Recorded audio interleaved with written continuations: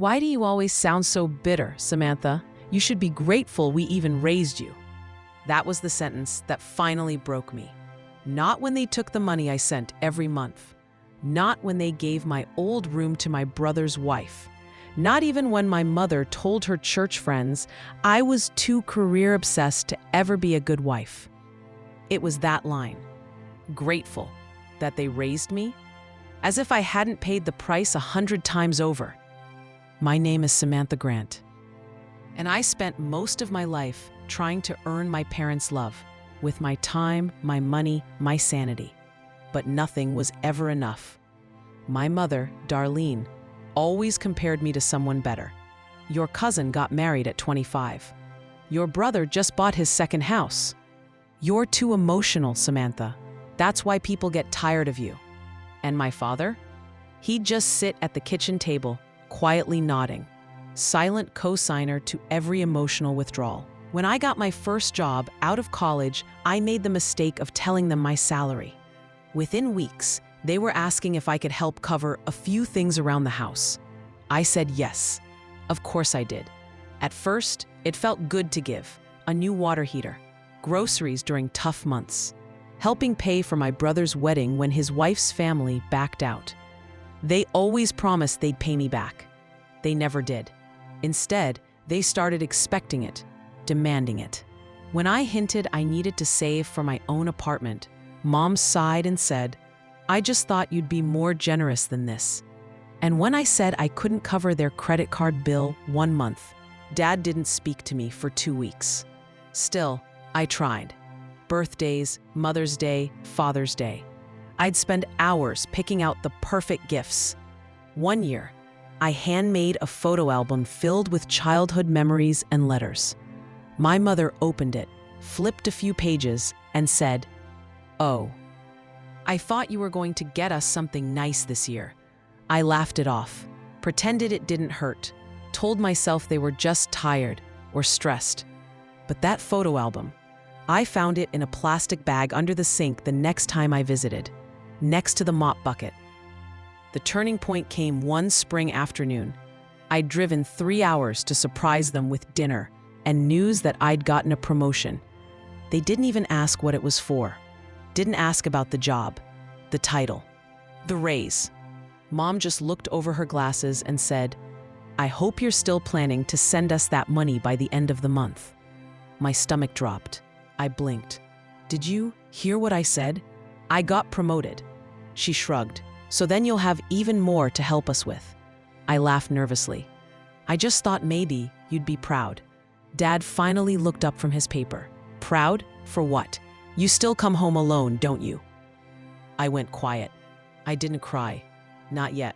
I just sat there, slowly folding my napkin, feeling the ground disappear under me. That night, I stayed in my childhood room, the one now repurposed for my sister-in-law's crafts. There were storage bins where my bookshelf used to be, a treadmill in the corner, no trace of me. And that's when I noticed something strange. A document peeking out from an open file folder on the desk. A spreadsheet. My name was listed next to dollar amounts. April, $400. May, $600. December, $1,000.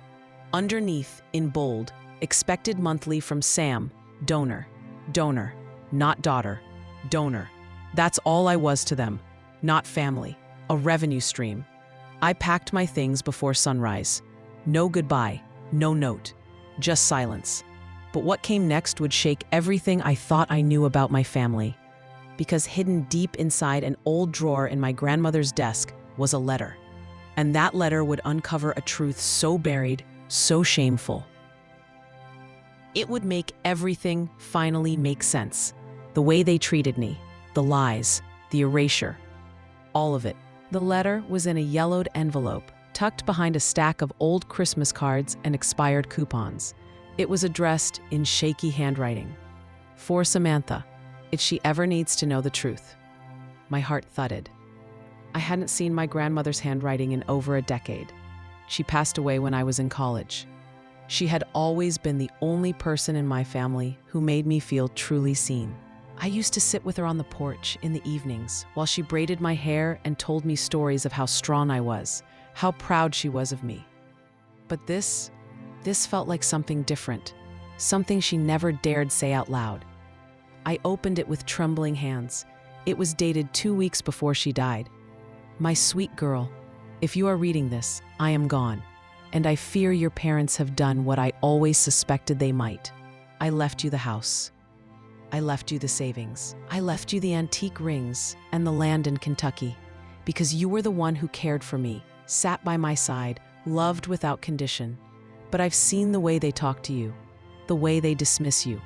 I fear they will take everything from you when I'm gone. I wanted you to know it was always meant for you. I stood there in silence, eyes burning, as the words dug into my soul. They lied. They had taken everything, knowing it was never theirs to begin with. The house transferred to my brother's name. The savings spent. The land sold. They let me believe my grandmother had left me nothing, when in truth, she had left me everything. I couldn't sleep that night. I kept hearing my mother's voice. You should be grateful we raised you. I kept seeing that word on the spreadsheet, donor. They made me feel worthless, all while pocketing what was rightfully mine. I looked at the dates again. Everything was moved or liquidated within 6 months of my grandmother's death. They didn't wait. They didn't grieve. They schemed, and they used my grief to do it. But that night, something shifted. The pain didn't go away, but it hardened into something sharper. Clarity. I didn't scream. I didn't confront them. I didn't post about it online or beg for justice. No, I made a plan. Because the thing about being underestimated your whole life is that no one ever sees you coming. I found an old copy of my grandmother's will buried in her desk. It was clear, my name listed as the sole beneficiary. And then, I found the updated deed for the land in Kentucky, forged signatures, my father's handwriting. Poorly done, and very illegal. I took photos of everything. Then I made an appointment with a lawyer. It took months. Quiet months. I kept sending the money like normal. I smiled on phone calls. I even visited for Thanksgiving and smiled as my mother said, "We're just so lucky to have a daughter who helps support us." Support, as if I wasn't holding their entire lifestyle together. As if they hadn't stolen my birthright and handed it off like scraps. But inside, I was already building the fire. And by Christmas, that fire would burn clean through their lies. Christmas morning came cold and quiet. I arrived at the house with gifts in hand, same as always. Smiled at my brother, kissed my mother's cheek, let my father pat my back like everything was normal. Inside, the lights were strung up. The same faded angel stood on the mantle, and my sister-in-law handed out hot cocoa like we were still some picture-perfect family. They had no idea I was holding a legal grenade in my coat pocket. Midway through breakfast, my mother said, "Oh, Samantha, we were thinking of using some of the money you send to upgrade the kitchen. What do you think?" I looked up slowly. I think this kitchen's about to see more drama than it ever has. She laughed awkwardly. "What do you mean?" I stood up, reached into my bag, and pulled out a manila envelope. I think it's time we all looked at what Grandma really left behind. Their faces went still, as if time paused for them, but not for me. My father shifted uncomfortably. "What's this?" "Her real will, not the one you had shredded and lied about." I laid it out on the table. "And these are copies of the forged deed to the Kentucky land. The fake signatures. I compared it to your handwriting, Dad. It's not even subtle." My brother stammered. "You don't know what you're talking about." "Don't I?" I said calmly. "Because I also have the transaction records. The ones that show how fast you sold the land, how quickly the money disappeared. The lawyer has them too." I looked at my mother. "And the ring you wear? That was meant for me. Grandma wrote about it. She left it for my wedding day." Her hand curled. Slowly, she slipped the ring off.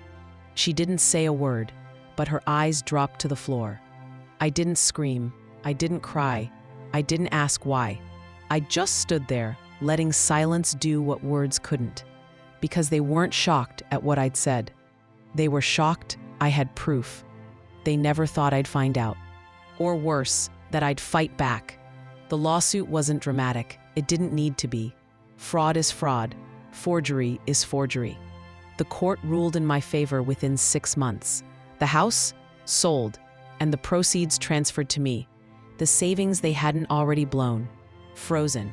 The business account my father opened in my brother's name, using my grandmother's inheritance, dismantled. Every penny accounted for. Every lie, every sneer, every "you should be grateful." All of it brought into the light. They called. Of course they did. My brother first, furious. Then my mother, pretending to cry. Then my father, calm and bitter like always. "You didn't have to go this far, Sam. We're family." And I said, "No, family doesn't steal. Family doesn't lie. Family doesn't make you feel worthless while living off your sacrifices." He went quiet, for once.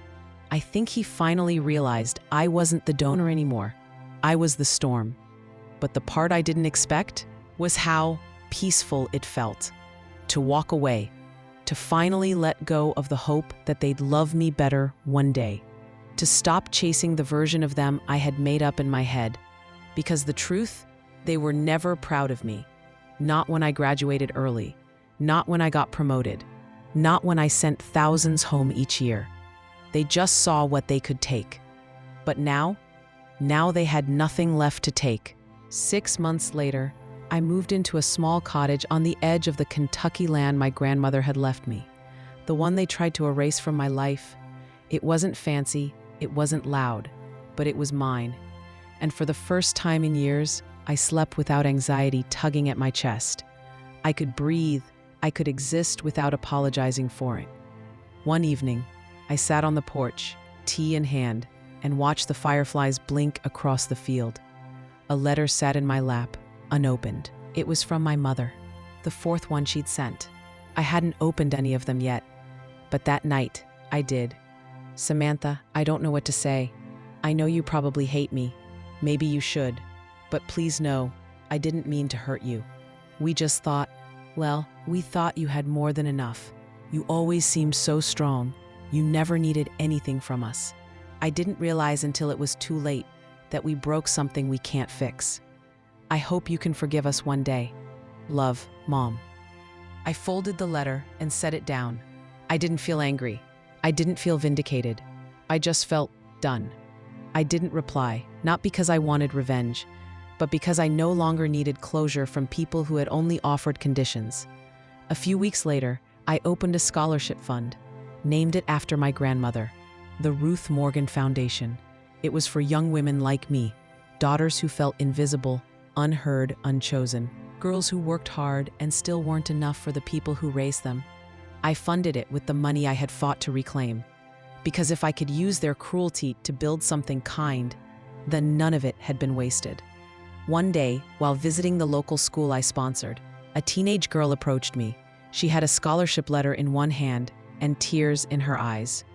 "Thank you," she whispered. "I didn't think people like me ever got chosen." And I smiled through a tight throat. "You were never unworthy. You were just surrounded by people who couldn't see your worth." She nodded, like she understood it deeper than words.